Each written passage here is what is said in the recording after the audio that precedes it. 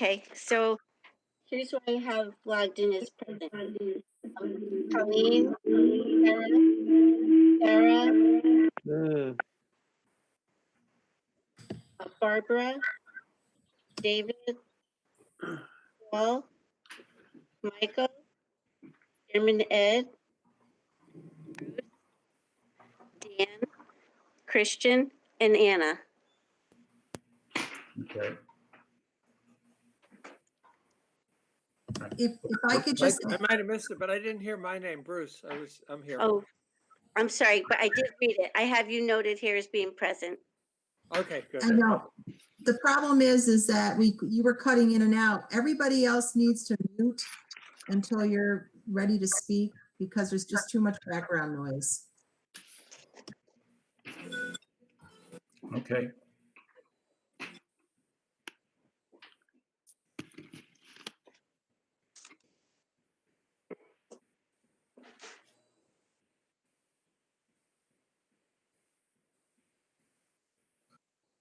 Looks like Rick is here.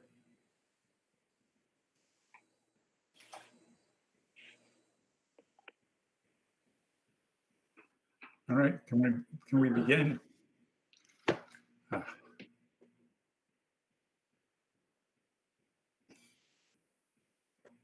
think we're all set, Ed. All right, let's go.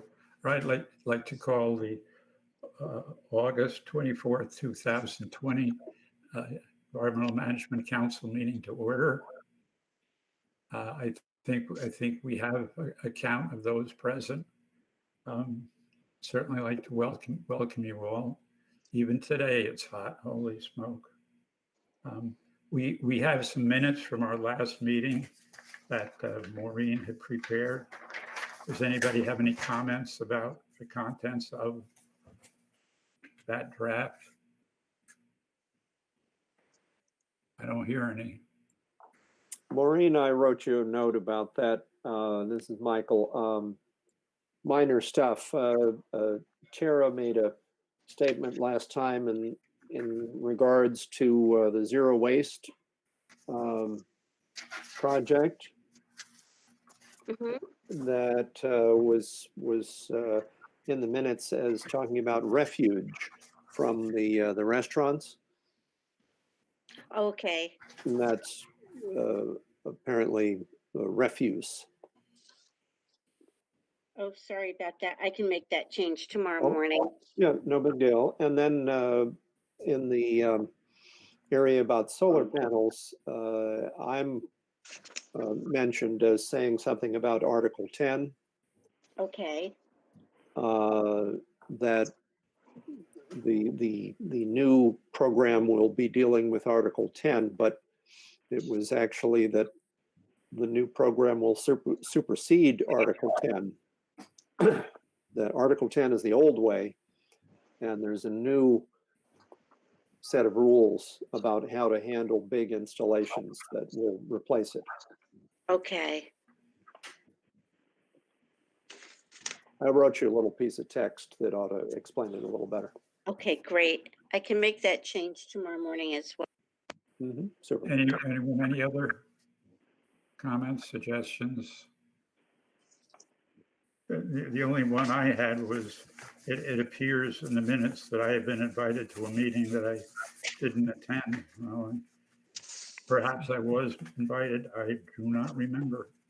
But I certainly don't, that's not my thing not to attend. But anyway, maybe it's, see, what I'm looking at with all you folks with are two new eyes, okay? Michael knows about that. Two new eyes, two new lenses. So, okay.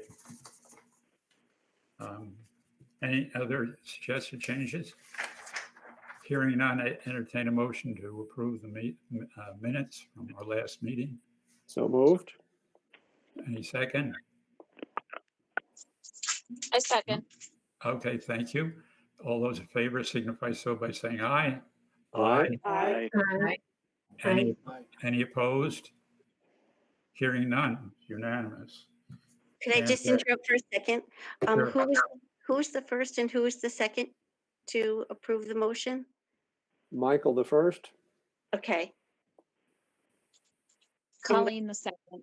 okay. Thank you. Okay, I'll send them out to you. that's excellent. Thank you very much. You're welcome. With respect to the agenda, I don't know what went wrong here. I think we already made the decision with respect to Good Earth Keeping Awards. And I don't know that we're ever going to have a public presentation, Terry, but Well, we maybe. can add that it was actually published in the Register Star. Okay, Snippet to Terry, so it looked very nice. yeah, good. I do actually have an update, Ed. I went ahead and purchased frames and put the certificates in frames, and I delivered the frame certificate to Little Seed Gardens. And I met with Claudia and Willie and some of their crew there, picture, which I will forward on to Maureen. And I also presented a frame certificate. I ran it down to Kim Tripp, who nominated Chaseholm Farms, and she was going to deliver it to them, which she did. She was not able to get a photograph at that time, but she's going to try to follow up with them and get a photograph. And once I get that, I will also forward that to Maureen for inclusion on our website page. So, but I did forward releases to the two main papers. And I know also that the town of Ancron posted something on their website regarding Chaseholm Farms. So we did Excellent. get some publicity. Yes. Thank you, Terry. Yes, thank you very much, Terry. Nice work. Thank you. Moving on, we have the Zero Waste Committee. Is there any report from them? No? Hi. Yeah, we have a slide deck. And John, Bradley, and I were going to go through it with the group. We'll try to not spend too much time. Can you allot us some time for this slide share? Yeah. Sure. Go for it. Great. All right, you ready, John?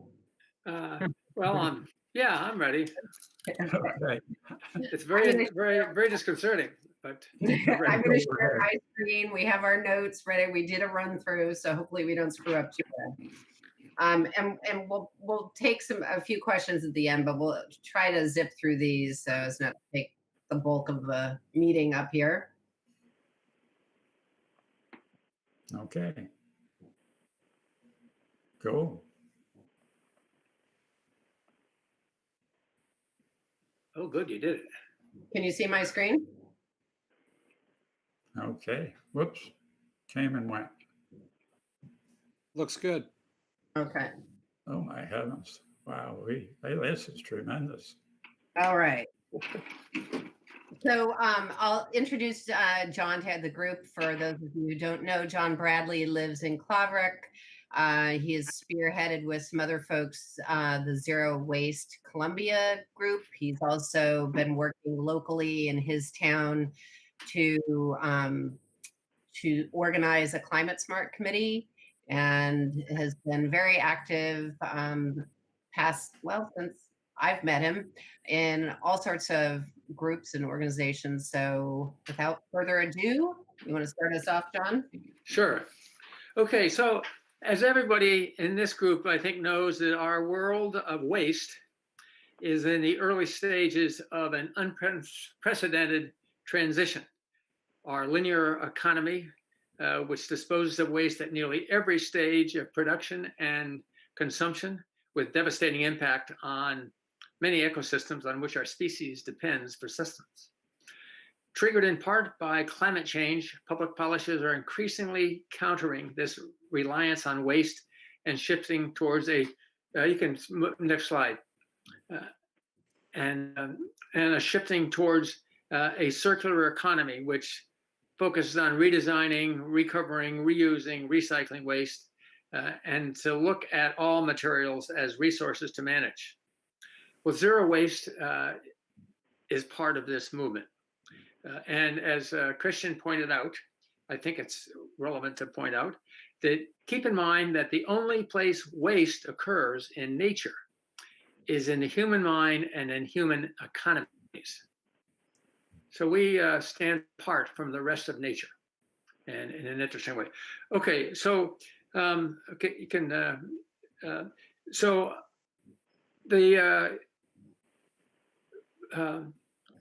zero waste is a worldwide movement, and there's worldwide and national organizations, and it focuses on the conservation of all resources by means of responsible production, consumption, reuse, recovery, packaging, materials, without burning, no discharges, everything we want the world to be. It's sort of a big goal, but it's important, and this is worldwide. So sometimes when we talk about global waste, we might be referring to the worldwide movement or to the movement in this country, and sometimes we're talking about some local, like our group, Zero Waste Columbia. But when you think, it's basically a concept, a philosophy, and a goal to live within the means of our planet. And it also involves processes which are applied internationally in many forms in thousands of communities to address and reduce the waste streams that exist. Also, and perhaps most significantly for groups like us, Zero Waste as an organization is really a vast resource of shared experience and expertise. There's like dozens and dozens of cities and counties throughout the United States that adopt, say, a 10-year plan, and they are systematically working through their various waste streams. Many places in Europe do similarly. I think the Netherlands and certainly Amsterdam are committed to a circular economy. So we're sort of lagging, but there's certainly plenty of interest. So okay, next slide. So locally, our mission is to take meaningful action to reduce waste that leads to environmental degradation and create a more sustainable, resilient, prosperous world for Columbia County. And we're a loose collaborative of residents. Okay, next.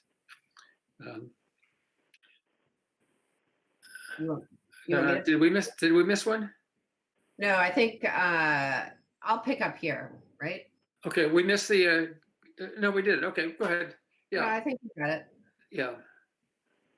You Oh, I'm sorry. You were going to do the last one. That's all right. Don't worry about it. I got other things All to right, worry we're about. moving on. All right. So the benefits of zero waste community, we're reducing greenhouse gases, we're conserving resources. Zero waste community minimizes pollution, decreases food waste, and supports local circular economy. Basically, adopting a zero waste personally will touch many aspects of our lives because it's a mindset, a way of living, a design principle, a personal ethic, and community responsibility. But most importantly, it's a life affirming and hopeful example of how to live in a healthy, constructive way. Zero waste is one of the fastest, easiest, and most cost-effective ways our local communities can take meaningful action to create a more sustainable, resilient, and prosperous world for future generations. So these slides aren't very easy to read, but this is, we're talking about the advantages and benefits of zero waste in financial terms, in terms of jobs, not to mention the environmental cost benefits of clean air, water, land, healthier food systems, and so on.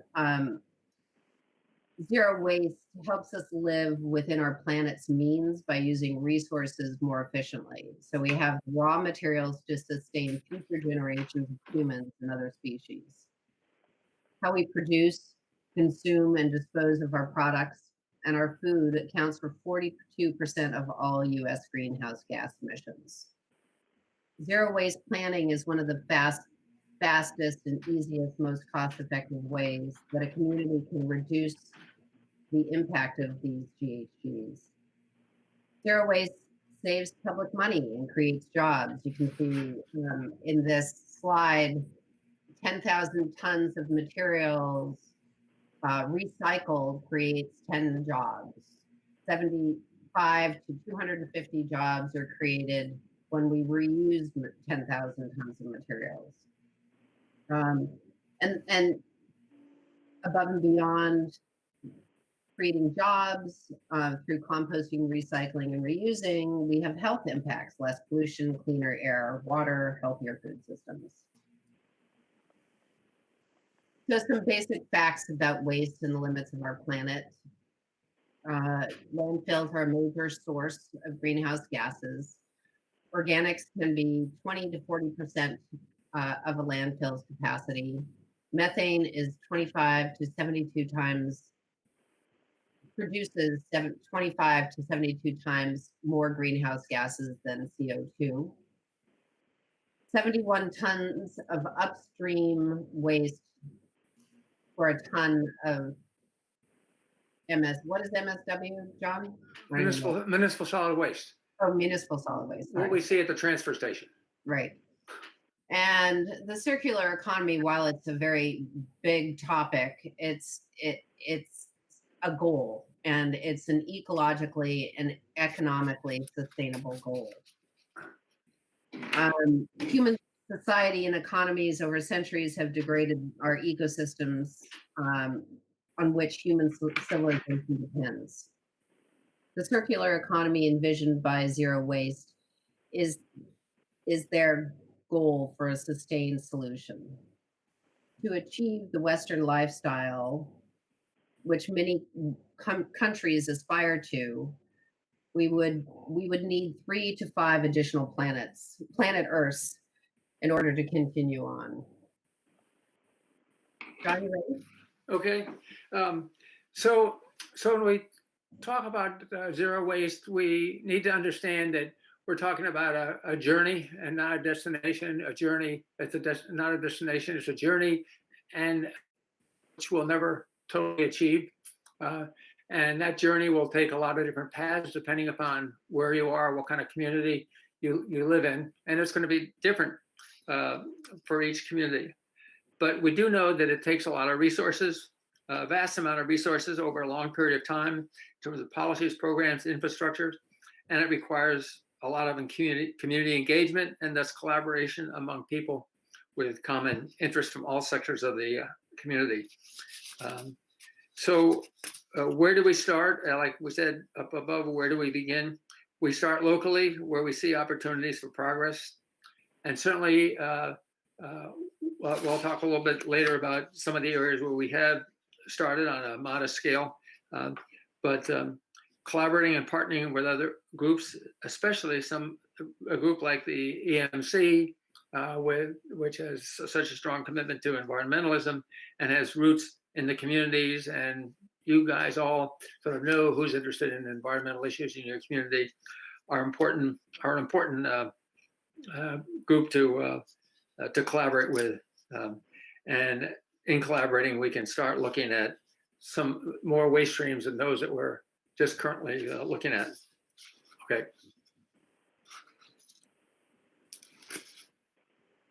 Anybody have any questions? Well, this is a couple of, we're running out of time. We got about 3 more minutes. Go. I'm sorry. Keep going. I realize that slide is misleading, but it's probably not the only one. So first of all, there's a dozen or so of us now in that group. We've been meeting. You've heard about meetings. Christians announced them, or some of the activities we've been involved in, and how important it is to link with other communities. And we welcome others to join us around areas where we have common interests. One of the things that we do not want to do is duplicate other people's work. But we also recognize that cross-community interest groups can do a lot more. For example, we can conduct local inventories of interests and share local knowledge around those interests and identify ways that we can move forward. Certainly, the climate smart community developments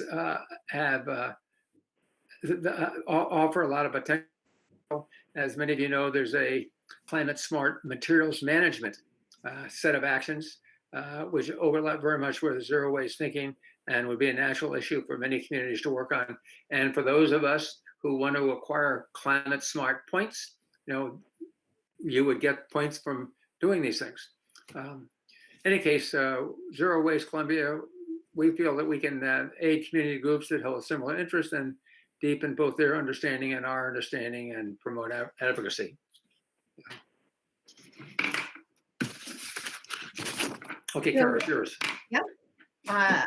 Achieving a zero waste future requires more than just changing individual behavior. We need to engage with citizens and public officials to change our community systems. There's some very active zero waste groups nationally and internationally that refer to relationships between local government and local community organizations, as well as the nonprofits and the business world and the farming communities as inside-outside relationships to bring about change. When you have multiple unique voices at the table, you have the power to build an ability to bring about change within a community. It's bringing people together at a table is a powerful community organizing tool because each brings a unique side of the conversation. And so we're seeking a coalition of community groups working in partnership with local government to bring about positive change. This is called, again, an inside-outside partnership strategy. In a small community such as ours with limited public budgets, volunteer groups play a valuable role. And when we have a champion at local government and business leaders, whether it's Chamber or Main Street, Chatham, along with the nonprofits and other local community groups, then we can achieve more change and sort of cross-pollination of ideas. So our Zero Waste Columbia group has made a commitment to focus on research and education by building a library of research materials, providing a clearinghouse of research materials and case studies for other organizations. As John mentioned, we don't want to duplicate efforts, but we want to learn from other efforts, whether it was 5 years ago or 10 years ago, whether it's internationally or locally or regionally. And then a commitment to promote public educational events, to work on community outreach and produce resource guides. John? Okay, so currently as our sort of loose collaborative, a dozen or so people, and I think you all know that both Christian and Terry have been very active in this group. We sort of have three focuses so far. One, we have a study group around food leavings because we'd like to, we know there's a lot of people around the county who are working on recovering food for those in need. We know that there's a lot of people both do individual composting, and a couple of communities have some sort of community composting. So how do we establish community composting on a broader basis so that it can be scaled up to impact the system? We also have sort of a group around solid waste management, looking at options for small communities, learning in other counties, like Tompkins and Ulster counties, where they're really pretty far advanced. And we're building, collaborative relationships wherever we can, and hopefully we'll find areas to work with more of you. And as our group grows bigger, we'll become more effective. Okay. Oops. Okay. guess- Okay. We're there's an scheduled on October 17th at the Claverick Library, but it's going to be on Zoom. This was scheduled back in the spring, but it got delayed because of COVID. And there's gonna be a panel with a number of people from our group, and also Ron Knott and Jolene Race from the county will be talking about the county's solid waste management plans and answering questions. So it'll be an interesting event, and there will be more information available on it, both sent out to the EMC and on other sources. So we can, okay. So we'll take a few questions, but we want to leave you with this question that you can read it for yourself. I find every time I look about it and think about it, it sort of ties my mind in knots. But any case, so any other questions or discussion? We hope are open to it. John and Kara, you have thoughts with respect to how to reach down to the individual homeowner to promote this program, or perhaps even incentives of some sort? I don't know, but it seems, there's a lot of people out there. There's a lot of people out there today. We live in a world where people don't want to comply with rules or regulations. The goal is to have none of those. So how do we gain the cooperation of so many of those folks to make this a viable program? Well, that's the purpose of the Claverick Library program, for instance. And Terry has had very successful outreach to very interested audiences at libraries. So your point is well taken, but we're engaged in that. Okay. Well, and I also think that right now, a lot of our outreach effort plans have been changed because of COVID. Typically, we were doing large group gatherings and county fairs and those kinds of things. Those have all been put on hold. So we're going to do methodical outreach, with the community libraries and other groups.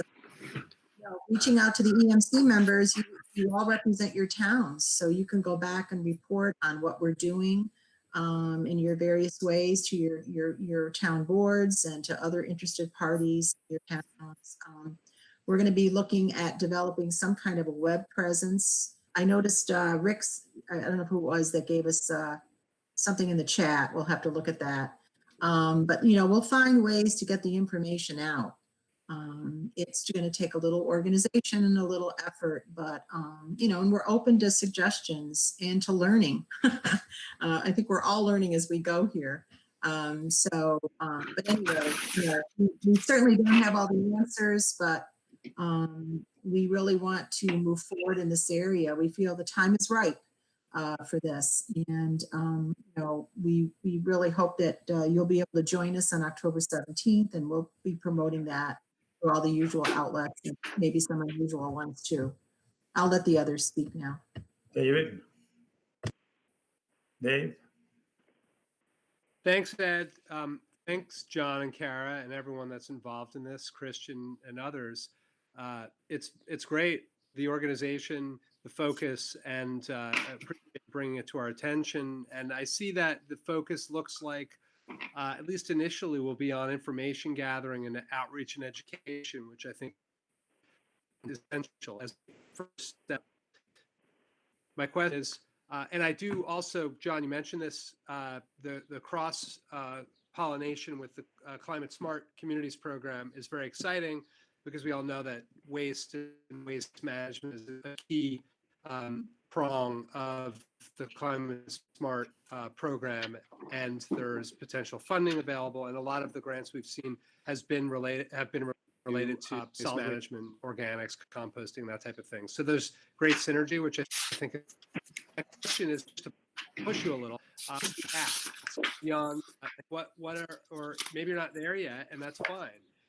But do you envision kind of the next phase that sometime down the line you'll be ready to make a ask a decision-making body or a change in policy or an ask of individuals and businesses in the county that you can envision now to take us one step further towards the goal? Thanks.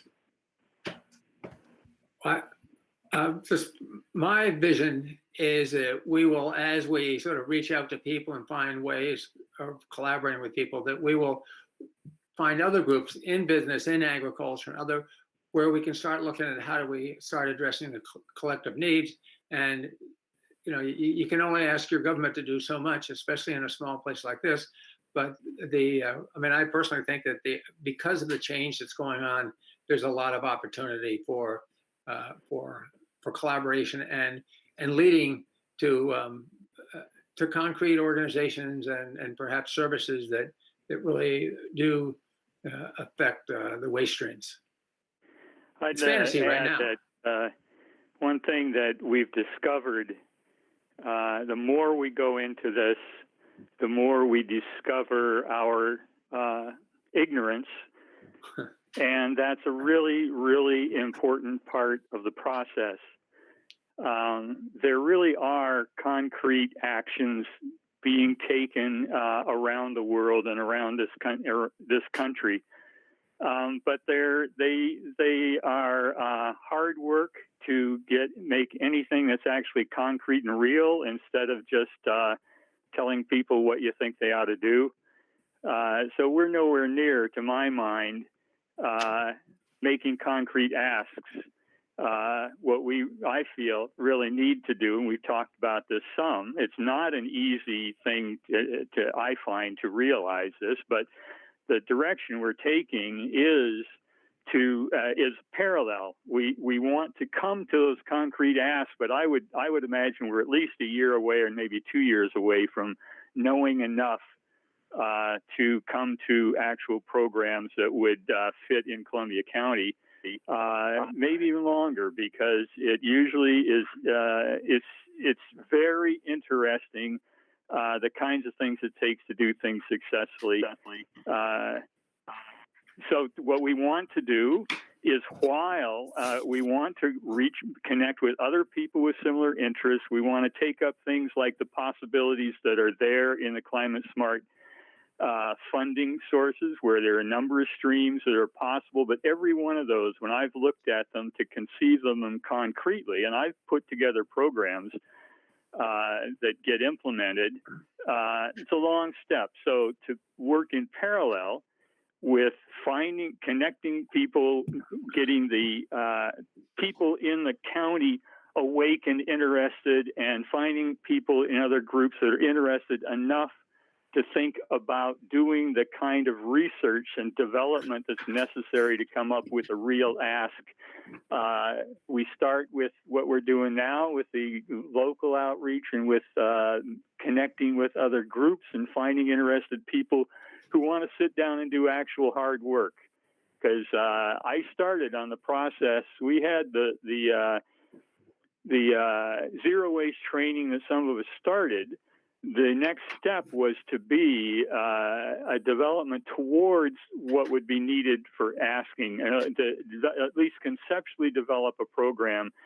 And nobody had the time to engage with it. Once we saw how much work it actually was, time and effort. And so it's a later stage in things. And so the place that we can get started is to make the connections, develop things, and then along the way, work towards identifying places where there could be enough work done to make a concrete ask. Well put, Christian. Suggestion as part of your plan. And it seems to me that it would be relatively easy to go back to greater separation of recyclables than what we have today. It's a great instance, Ed, because of course it's absolutely true, but you can't, that's not an ask that can be made simply by saying we ought to do it.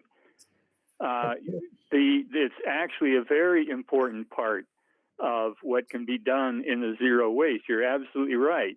But to do that successfully is quite a chore. And, it was one of the things, let's just say, to do it successfully doesn't mean that you just say it's a great thing and everybody ought to do it. But you're absolutely right. It's absolutely a goal. Absolutely an important one.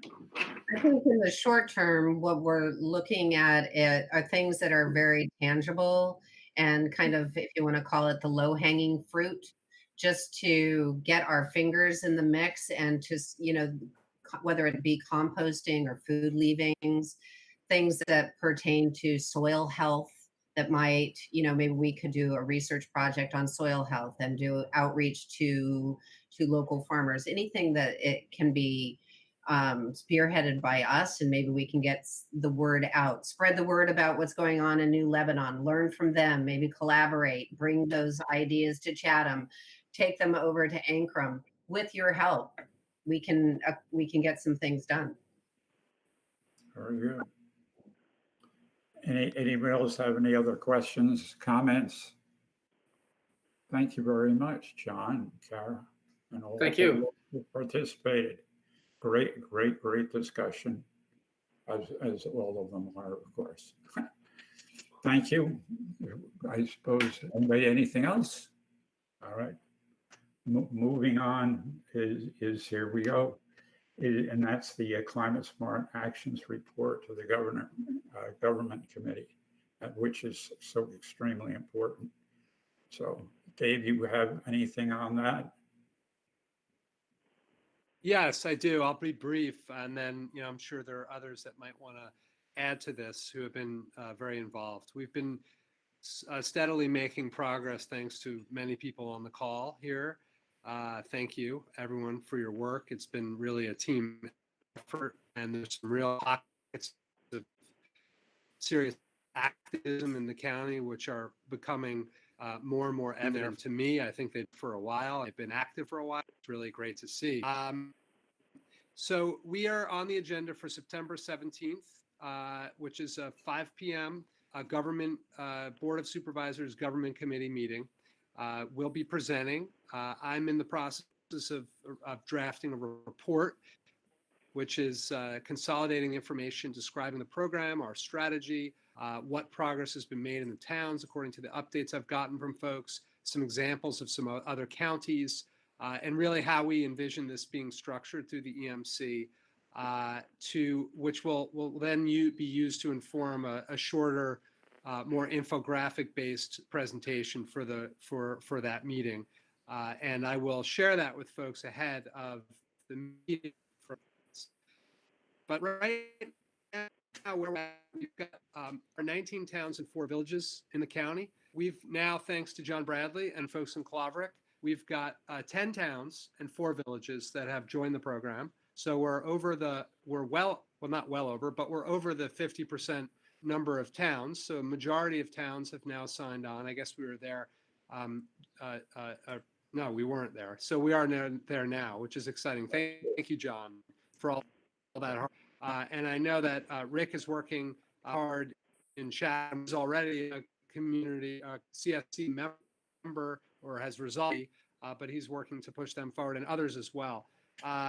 We have received questionnaire feedback. I sent a questionnaire for folks to use to ask the Climate Smart committees and clean energy committees and other CACs and other activists in their communities to provide feedback. And we've received 9 questionnaires back from Chatham, Austerlitz, Ghent, New Lebanon, Ankrum, Germantown, Hillsdale, and Stuyvesant. It would be great if we could get, at least from the Climate Smart communities, if we could get a little bit more feedback in answering that questionnaire, or putting it in a different way if those questions aren't germane to that town. I think they are, but if they're not, anything is helpful, especially from the Climate Smart communities. that have not responded yet, which are Copake, Hudson, Kinderhook, Village End Town, Philmont, Valatia, and Claverick. That just kind of pinging people on the call here to see if there's a way. And I will resend after this the questionnaire, just so it's in people's inbox to the whole group here. And then letters of support. So we're really now shifting gears to try to make a case to the Board of Supervisors. And we've gotten letters of support from New Lebanon, Ghent, as of last Thursday. Austerlitz, Kara can update, but I believe it's coming. I don't think it's yet out. And Claverick has, I believe, John, please correct me, but I believe that Claverick, in its resolution to join Climate Smart, included a request or an ask of the Board of Supervisors to join the program. John, is that right? That is correct. They did. You're on mute. Okay, great. So that's really great. Letters of support before September 17th, if at all possible, would be great. We're not sure how this is going to go. My guess is that we'll present to the board, to the committee, and make an ask that they bring this to the full Board of Supervisors and support the initiative that EMC has endorsed. But it very well may be that they'll want to take a little time, which is actually fine. And it could go to the October meeting and they may not be ready to vote. I would guess that that's what's going to happen. And I think that's fine. We shouldn't sit back and wait, but I think we'll have a little bit more time. So every town will have another board meeting before then, before the October government committee meeting. So there is some time to get those letters together. Please keep the momentum up. I'll also send the model letter in the email with the questionnaire as well for people to use, just kind of make sure it's in your inbox. And then a couple other short notes. CLC is submitting a letter. We have a meeting thanks to the great activists in New Lebanon. We have a meeting tomorrow morning with CEDC and the Chamber of Commerce to talk about the program and hopefully get their support and have them send letters of support as well. And we've talked about reaching out to the tourism board, and there are others. So if there are other groups that you think are relevant that would be influential, that would be great. And the last thing I'll say is, we're really honing a message that this is for the sustainable economic future of the county, that this is really a nonpartisan effort, which is seeking to find issues that are relevant and important, challenges that we face in our county that come from the towns that we can recognize are important to the resilience of the future of the county. We're not stressing a message of what the future climate changes will, the havoc they will wreak on the county. We can certainly speak to that. We will address those issues, but it's not the lead point, because we recognize that there are people for which coming in strong on that message, first and foremost, that climate Armageddon is coming, is going to alienate them. They may turn off from listening. So we are really focused on trying to keep and maintain a very nonpartisan argument that this is a program that actually is low-hanging fruit. This is an opportunity for funding. This is an opportunity to address issues that are present already in needing to plan for a more resilient future. Solid waste management, as we heard, is a great example. It's a challenge whether you are concerned about climate change or not. And if we can get some more funding to deal with that challenge, the county certainly has to deal with it, and we have to deal with it. So this is just one opportunity to do that. So anyway, that's kind of where we're at, and we're continuing to plug along. And I just wanted to ask if Bruce or Kara or anyone else wanted to add anything. Yeah, I just want to say one thing. I mean, one of the things that we always need is a champion on the Board of Supervisors. And my supervisor, not to brag, she's totally committed, excited. She's young, she's vital, and she's a real champion. And I think that's going to be she's ready to do anything that we need, which is fantastic. And the other thing I wanted to mention was for Kinderhook, at the Citizens Climate Lobby meeting, a fellow named Phil Bickerton, I assume you know him, Ed. He's Republican, and he's very adamant in terms of supporting Climate Smart. So if we need to get something from from Kinderhook, he might be a good person to reach out to. Great. And I guess I would ask. Thanks, Bruce. I'm going to follow up with you on that. If Kara? no, I was just going to say if anybody knows of any other people on the other side of the aisle, Republicans that are involved with CSC, to pass the word along, because that's valuable information. Yeah, there are other supervisors that can carry the water a bit for us. I'll ask Mike Benvenuto in Ghent, who seemed very supportive. It was a unanimous vote the other day. His one concern was, let me understand, are you asking the Board of Supervisors to allocate funds to this? Are you asking the Board of Supervisors to hire someone? And it's very clear that that individual vision for this program would be our responsibility as the task force, the EMC, to raise funds. And whether that person's an employee or whether it's a consultant, we can figure out those details later. And he was really any concerns he had were assuaged by that. That I'll ask Mike. I have no idea whether he would become a strong advocate or just a supporter, but he's definitely in favor. If anyone else has other folks that, as Bruce said, could be champions, as Kara said, and could use some help in communicating with them, we'd be happy to set up a call to speak with them if that's helpful. David, I don't know whether it's appropriate or not, but there is the Hudson River Valley Greenway, and they dispense grants all the time. So, but is this too far afield for them? I'm not so sure. I think it might, given that it would cover many communities, right, and be far-reaching. They seem to like that concept where you can affect more than an individual community. Just Ed, I'm sorry, it's Rick.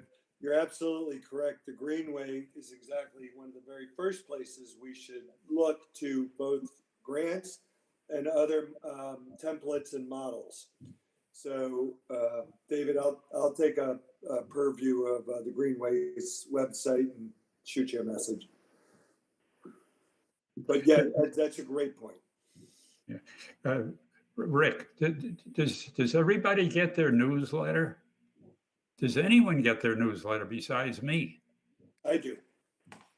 Who said I do? Rick gets it. Okay, there's two of us.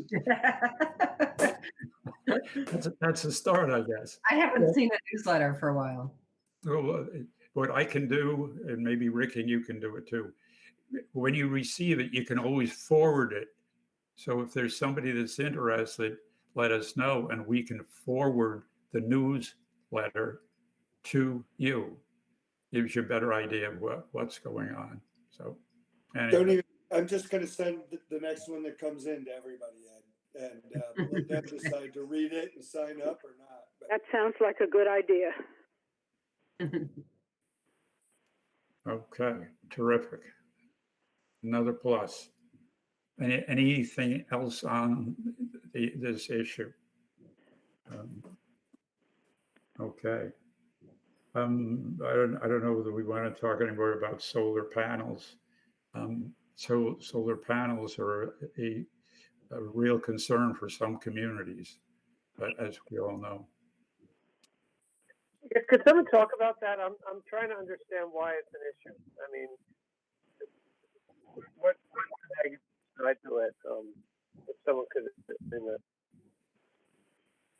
The issue isn't just a bit. The issue isn't the panels per se. The issues is local control and the conditions under which they may be installed.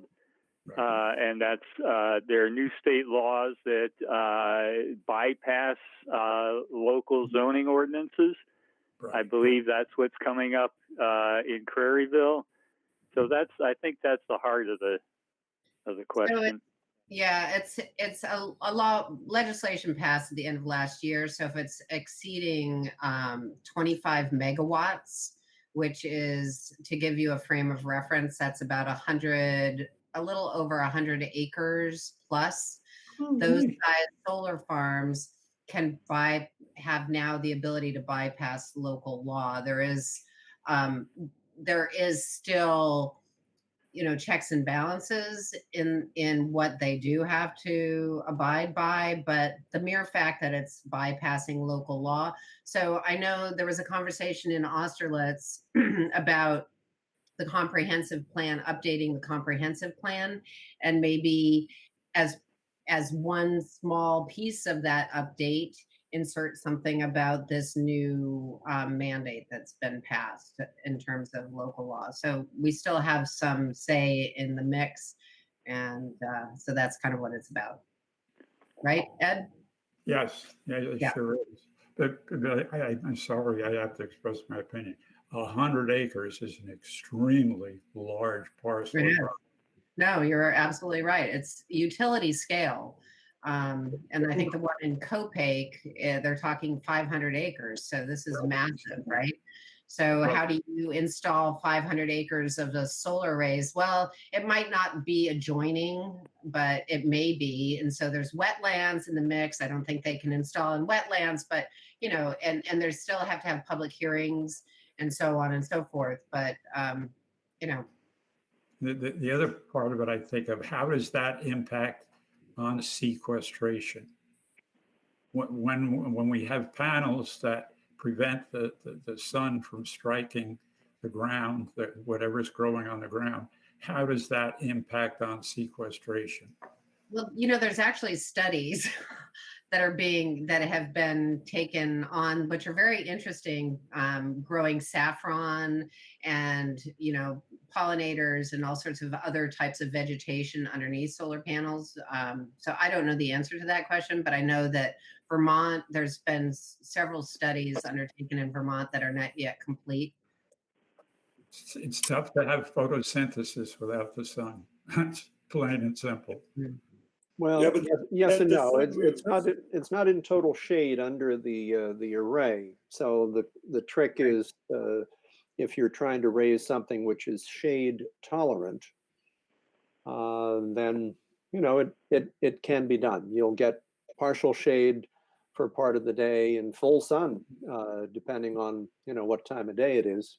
But there was a workshop on this that I think I can forward the information to everybody. That was just, I think, last week. So I'll pass that around. Yeah, I found the Michael and I went to one presentation some years back where a farmer commented that he's always his living has always been made on solar energy. It used to be the crops that were grown that were turning solar energy into feed for his cattle. And there are other, there are a lot of possibilities that aren't necessarily covered in the particular laws. There are ways to mount the panels so that cattle can graze underneath. It's done quite often on smaller scale. Nothing like this scale, though, and that's the kind of thing that this kind of law tends to bypass, the possibility of local communities requiring that kind of siting or mounting. Interesting. Is anyone aware? I have a question. Is anyone aware of any studies or reports of any kind about using native plant meadow seedings for sort of remediating these huge construction projects? Well, there's studies that are called agrivoltaics, as a matter of fact. So I'm sorry, I didn't hear you.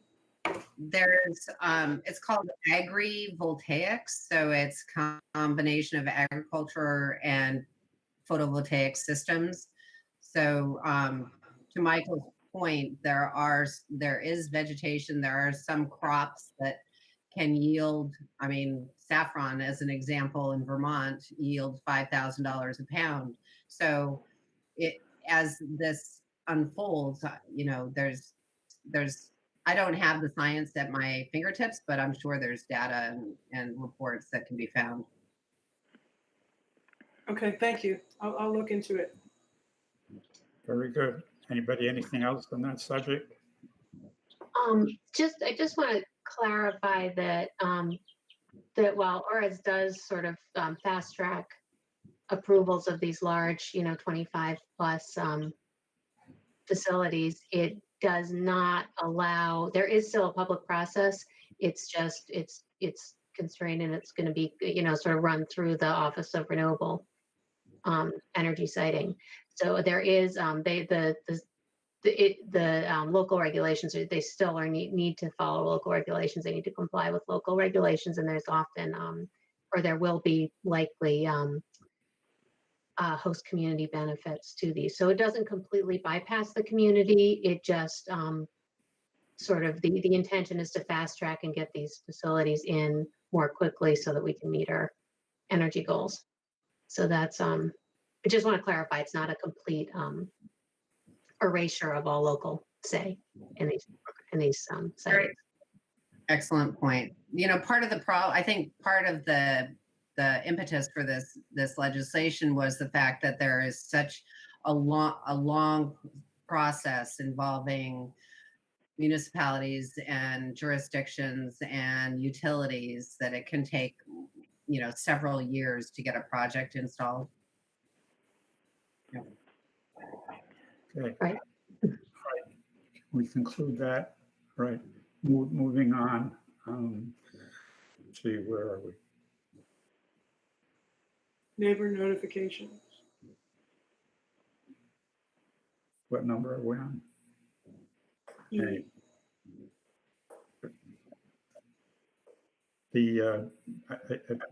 Matthew, I think the chamber issue, I don't know where that stands, but we really should work on that at some point. On what?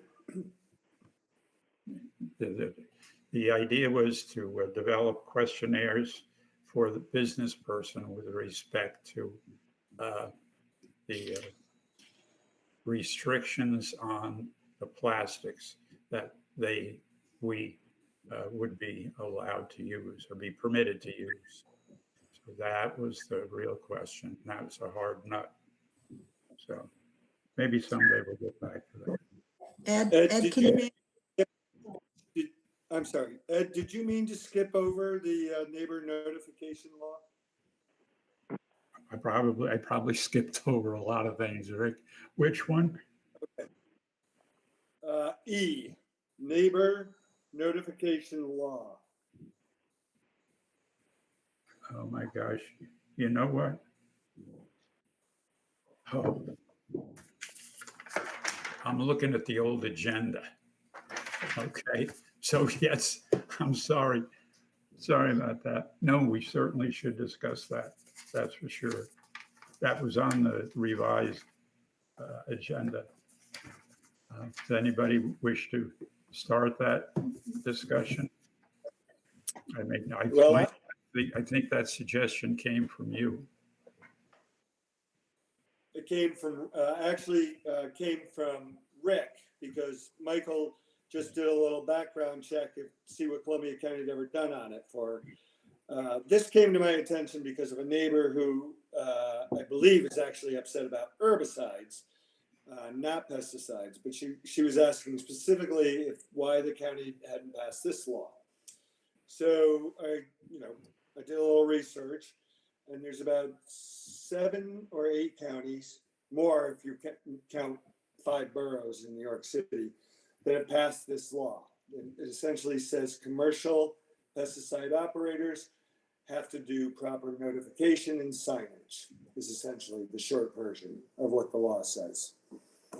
So the county that's closest to us in terms of demographics, geography, and the like is Ulster County. And earlier today, I sent around a copy of the law that Ulster County passed regarding neighborhood notification.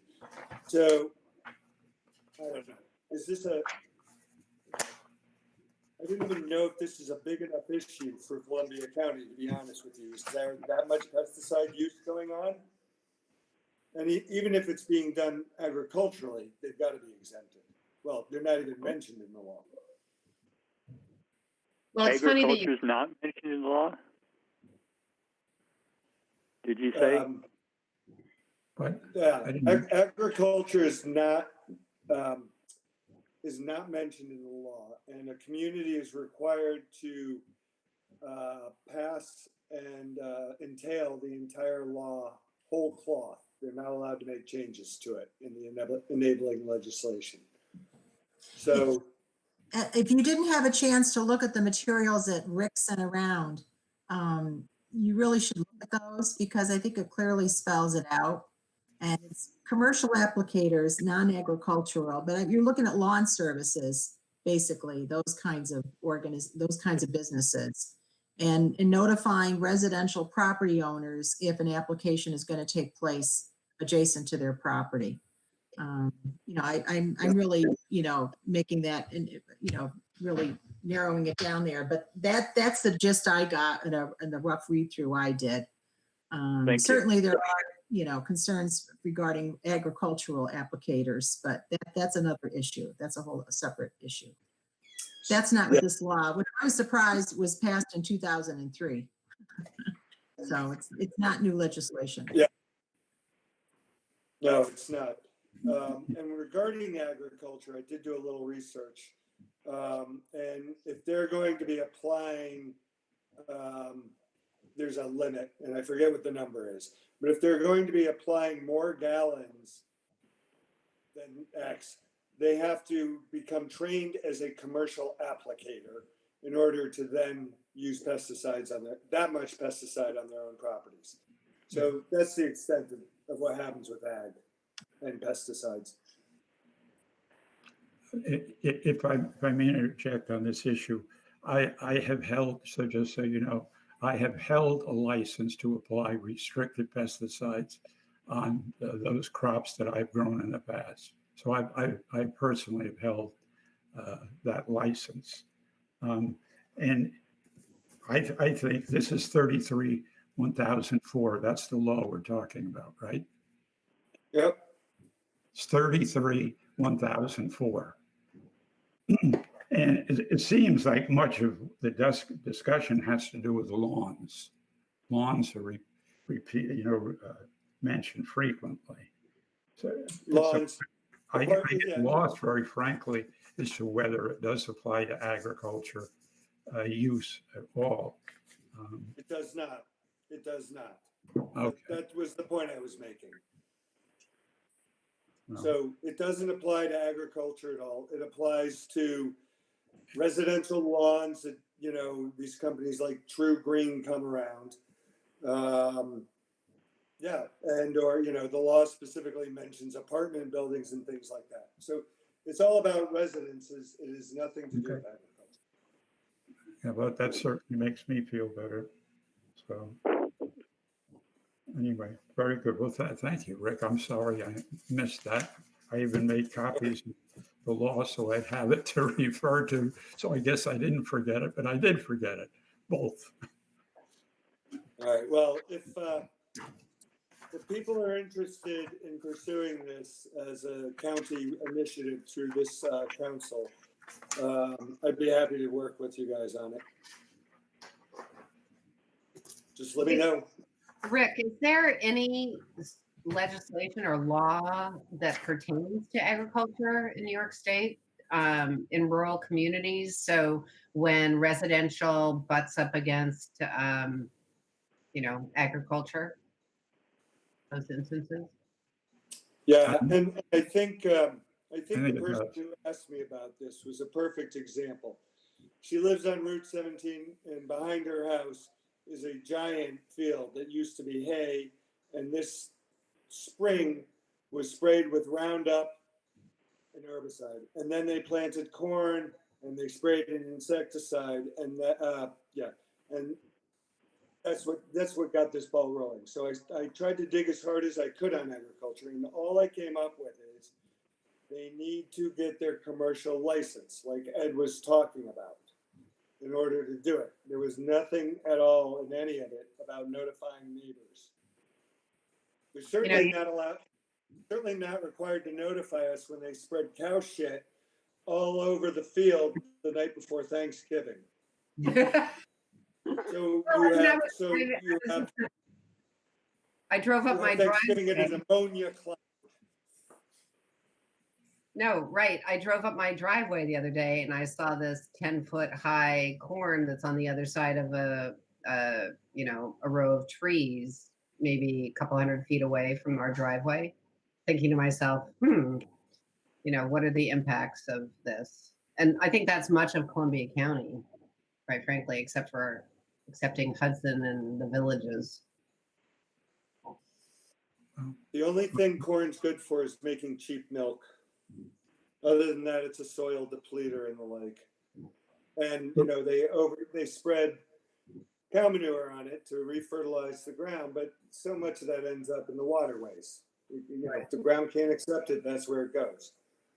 I understand what you're saying about corn in the way that it's generally grown industrial in this country, but it's not an accurate statement of the corn plant at all. The Haudenosaunee Iroquois grew abundant corn in the Northeast for hundreds and hundreds of years without depleting the soil. It's the industrial agriculture that's the problem there, not the corn per se. But when you plant corn year after year after year after year, then it has an impact. And if you don't properly amend the soil, absolutely. It's the farming practice, not the corn, that did it. It's the only thing I'm pointing to. Yeah, that's true. Yeah. Rick? Right. Yeah. Dave? Rick, question for you. So are you at, oh, sorry, finish your point, Christian. No, that was it. Okay. No big deal. Rick, are you asking something specific of the EMC to put this issue forward to the county for us to consider? So the question is, what are the next steps in this? And then the second is not a question; it's more of a comment. Let's reach out to some experts who may be able to us better on the agricultural question and see if there are any legal handles there or any to get back, which is probably a lot more impact and a lot more relevant to people's lives here than landscape pesticides. Although I think this can be a major issue for neighbors and whatnot. I'm not trying to minimize it, so the question is on this law, and this is a county-based initiative to implement the law. Are you suggesting we should request that the County Board of Supervisors adopt this, or take another few steps in between that? What's the next step? Yeah. And then let's follow up after with, I've got a couple contact. Okay. Get more information. So here the question is this something that the rest of this committee would like to pursue in getting Columbia County to follow, over a dozen around the state with a neighborhood notification law? If people are interested, I'll keep the ball rolling. I don't want to make it. I don't think this should be a huge deal for this group, but if there's enough interest, I'll work on it. And try and coordinate something. If I may say a few things on this again. In 1956, I took my first full-time job in a laboratory working for Union Carbide Chemical Corporation. And our goal was to identify chemicals, substances that were active pesticides. And they never tested us, right? We kept spraying it in the air. Let me tell you, it was not good, all right? Moving away from that, there was a time when pesticides were extremely toxic. Most of those very toxic substances that used to be used in agriculture are no longer permitted to be used. So the toxicity level, if you will, of pesticides has diminished significantly over time. Unfortunately, though, we continuously get bombarded by these ads on TV about Roundup, right? Is it really true, or is it just, a way in which attorneys can get clients? I don't know, but it's good to be. I think it's good to realize that we have to be careful when we start contacting or family contacting various chemicals. All right, so it's good to be cautious, but I agree with Rick. I don't think in this instance we need any more legislation. That's my feeling. Actually, Ed, I wasn't suggesting that we didn't want to pursue legislation at the county level. I was asking if the rest of the committee would. So I understand now that you would not like to pursue it, but I don't have a sense of the rest of the committee. Right. Good. And were you clear that this was about, it's not about regulating the chemicals per se? This is a notification of spraying so that you Yes. can keep your children indoors, for instance, or your pets, put your pets inside or go shopping instead of being around while they're spraying? Yes. Yeah. Like I It's, said, it's called the neighbor notification law. I would really highly encourage you all to read the information that was sent out late this afternoon. You know, and maybe we could talk about this again at a future meeting. I think it's premature to come up with anything concrete right now. That's my opinion, but you know, I really think we need to collect more information before we start, you know, saying we're going to be initiating, you know, forth legislation or anything like that. We need to be educated, and I think there's some groups that we need to reach out to maybe to get more information, since there's questions about the whole agricultural end of things. And I unfortunately don't have that information at my fingertips, but I certainly know who we could call upon if the group is interested to get more information. I'm definitely interested in getting more information, and I'm really interested in what you presented so far. I didn't jump in right away and say, yes, I can work on this with you, because this is my really busy time of the year. I'm a restoration landscaper, and this is just crazy right now. But I think it's a really good program. I think we're going to have a lot of people coming into the area. We're going to have more. We're going to be a little closer together in the next few years, I think. And one of the interesting bits in the information that was distributed so far was, like Westchester, they're getting fewer complaints because the applicators are using less toxic materials. So it's just sort of almost a self-regulating thing in a way, which is, I thought, was really encouraging. David?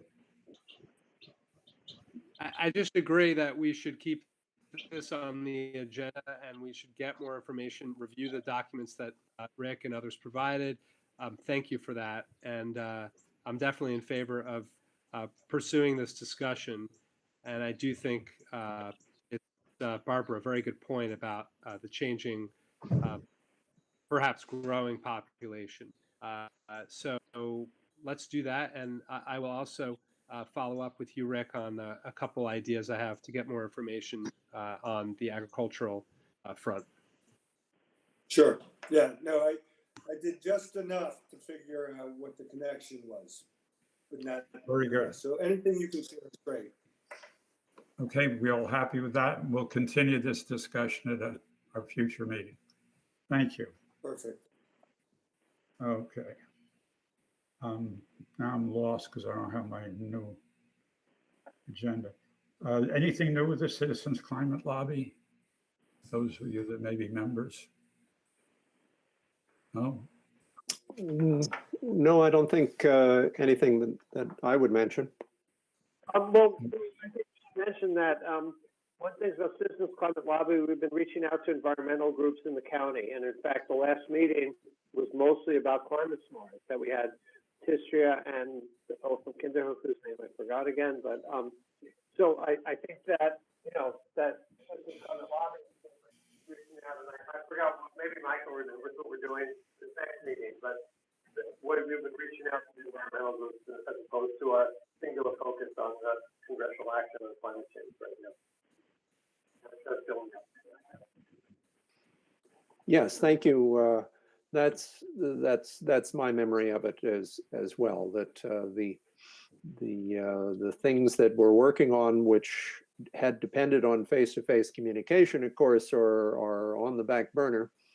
But we are looking for collaboration opportunities with other environmental groups and with the different municipalities especially those that have already stepped into the climate smart community arena. Thank you.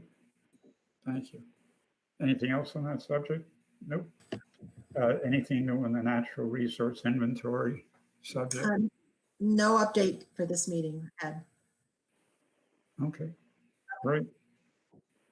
Media reports, I don't know how many of you listen to public radio, but evidently there's been a catalyst that has been found to, under the right circumstances, degrade PFOAs, and that's a real plus, because heat alone does not degrade PFOAs. That's why they're stable on our frying pans, folks. And the catalyst is boron nitride. That's just a little thing. Tara, is Tara still with us? I'm still here. Can you hear me? Yes. Oh boy, can we hear you? Yes. Okay. What you got, Tara? Well, speaking of PFAS, there's been no movement on that legislation. It did pass the state legislature, but we haven't received any updates from the state health department. I assume they're mostly busy with the COVID response. They're pulling people from the bureaus to do COVID work. So, but I'm still anticipating we're going to get some information on how to carry out the new regulations, probably starting after the beginning of the year.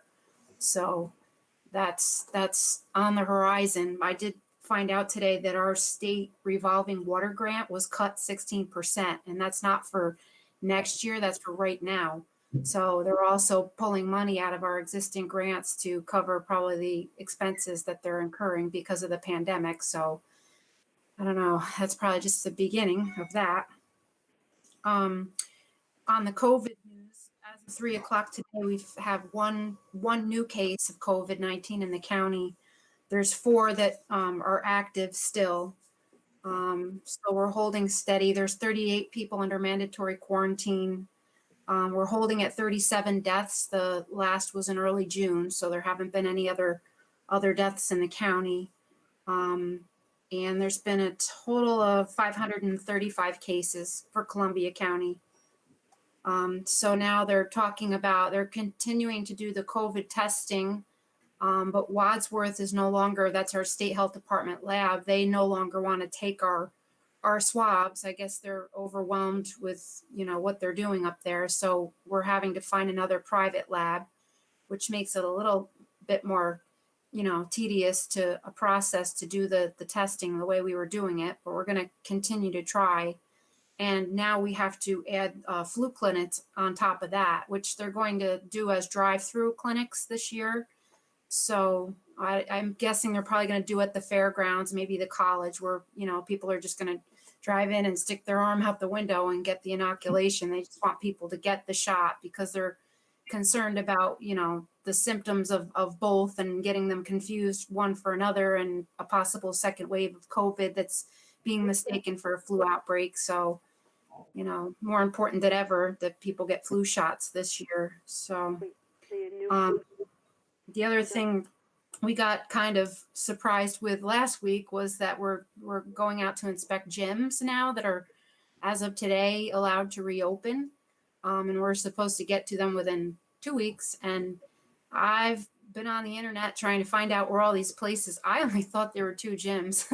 Apparently I'm not in the fitness arena because there's like 35 places, and that's including yoga studios and Pilates and all those smaller places too. So we've been busy trying to figure that out. So, but luckily, our normal summer activities have really been largely canceled or not happening this year. So that's been a blessing in disguise, but so that's where we're at. Tara, two subjects. Senior center homes, okay. And it seems that people are dragging their feet on those hearings. And the other has to do with deaths due to overdoses. All of a sudden in Columbia County, there's a spike. Yes. In that. Yeah. There's a spike. We had an alert put on our Facebook page. Let me see, it's here. Yeah, they issued it August 27th. In fact, there was a UPS driver that went past our building, was that 2 days ago? And he was hitting parked cars going down Columbia Street, and the police officers had to jump in the back of the UPS truck and get the ignition off. The driver was in and out of consciousness, and he apparently had overdosed. They had given him Narcan too. So it's everywhere, you know. It's an insidious problem, and the issue, you know, the bigger issue with everything that's happening with the pandemic is the availability of resources for people when they need it. You know, there's limited appointments. You have to call ahead. You can't just show up for help sometimes, and that's impeding, you know, those type of services for people who need it. And I was also going to mention too, there is a community partnership mass food distribution scheduled for August 31st, and that's at the Columbia County Fairground. And it's Catholic Charities mobile outreach in cooperation with the Regional Food Bank of Albany. So they're going to be starting at 10 o'clock, and anybody who knows somebody that's food insecure or could use some help can go. And I think you stay in your car and you pop your trunk and they just load boxes of stuff in there for you. Yeah, it's just such a crime, but probably everybody that listening is aware. Beware of Coke, because what they do is some people are lacing it to make it more powerful, and that's one of the things that's killing people. So, yeah, they're cutting it with fentanyl, which it's cheaper than pure heroin, but that's what's killing people. And they apparently have some sort of a test kit. You can test your drug with a strip and it turns color if it's got the bad stuff in it, but it's awful. Yeah. The other thing I was just going to mention that we are continuing to hold our rabies clinics. And the last one we had was in New Lebanon on the day of the tropical storm. That was fun. Because we have to do it outside. We're not inside a structure. So we had pop-ups and we had to move them. But you know, people are coming and they're appreciative because it's donation only if you have to. So there's a big backup in the vet clinics for people getting their animals wellness checks and vaccinations because of the shutdown. So now the veterinary hospitals are backed up. It's hard to get appointments. So it's, you know, it's helpful that we're continuing the clinics. The state told us we're just requesting that we held 3 clinics, and usually we do 8 every year. So we're trying to continue to do those as long as it's safe to, you know. And interestingly enough, a couple weeks ago, I had to go pick up a ferret in New Baltimore at the animal hospital. I thought, okay, run of the mill, it's a ferret. You don't really see too many ferrets anymore. And the rabies lab called and that ferret tested positive for rabies. It had come in. And I thought, what? And I look it up and it's like 20 ferrets a year in the country have rabies. I'm like, how did this happen? Apparently it had gotten out of this woman's house 3 weeks prior and it came back, but it had a leg injury. She said no bite wound or anything. It was just kind of dragging its leg. And 3 weeks to the day, it just went kind of berserk and bit her and latched on her wrist. And sure enough, so ferrets have to be vaccinated too. And their vaccinations are only good for 1 year, actually. They're not really sure the how long the immunity lasts in a ferret. So that's why they recommend they're vaccinated every year. So very good. That's all the excitement for this month. That's more than enough. Anybody have any other issues, comments? Thank you all. We persist. We persist. Thanks again. Be careful. Take care. Thank Thanks, Maureen. Thanks, everybody. Good night, everyone. Stay Night, well. everybody. Good night, Have a everybody. nice Labor Day. Yep. Take care. Good night. You too, Michael. Good night. Good night. Thank you.